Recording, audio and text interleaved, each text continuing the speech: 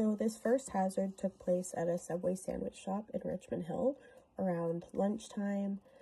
The floors had just been mopped and the floors were quite slippery to step on. Here we are right outside of Subway.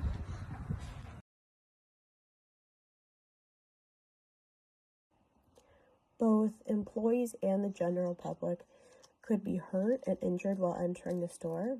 If the store had been busy or there had been dim lights on top of the wet floor, this could further cause harm and damage to those entering. Employees may need to cross the floor and may be carrying heavy items to complete duties, thus also putting the workers in the way of harm. Typically, Subway staff are responsible to clean the floors. However, it is the owner of the store's responsibility to ensure the hazards are either dealt with or there is appropriate warnings regarding wet floors. The owner has a liability to take reasonable action around the store to keep the environment safe for all, and failure to do so shows negligence. To prevent this hazard, the owner could change the cleaning schedules, so for example, only after store hours so that there's no risk of someone entering the store, and this leaves plenty of time for the water to dry. If this is not possible, the store owners could also put up wet floor signs to alert customers. And if possible, the owners could also enforce rules for sweeping during the day and possibly mopping after store hours at night. And it is also important that these areas are frequently monitored to find the busiest times and to avoid mopping during those times.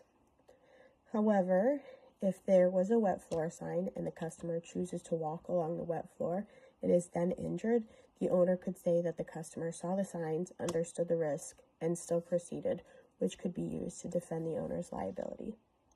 So the second hazard that I will be showing took place at my home. So as you can see, these are the stairs to my house. If I try to put the light on, it is still very dark. As seen in the video, the light at the top of the stairs is the primary light source and is extremely dim, making it hard to see the floors on the stairs as you step. I believe this is a hazard as my family has quite a few visitors, whether that be friends and family or my brother's friends, many of which are not familiar with the layout of my home. The stairs are wooden, they are spiraled, and can be very slippery, especially if you're wearing socks. So I believe that this is a hazard because with reduced visibility, the chances of slips and falls also increases. Those unfamiliar may not see where the stairs start and stop. So my parents, as well as my siblings, their friends, extended family, anyone with access to my house, as well as myself, are at risk. Any of these people could slip and fall, causing anywhere from small bumps and bruises to potentially more serious injuries, such as a concussion. The homeowners, which are in control of the property, are responsible for ensuring the safety of all areas in the home and are legally required to take careful steps to address areas which need fixing. To prevent slips and falls due to this hazard, the homeowners can change the light or potentially add extra lighting around this area. The homeowners can also make sure to tell anyone wanting to access the top floor that the lights are dim, so it's extremely important to proceed with caution. And it is extremely important that this area is well maintained. Since the lights are dim, it is hard to see if there is something on the floor.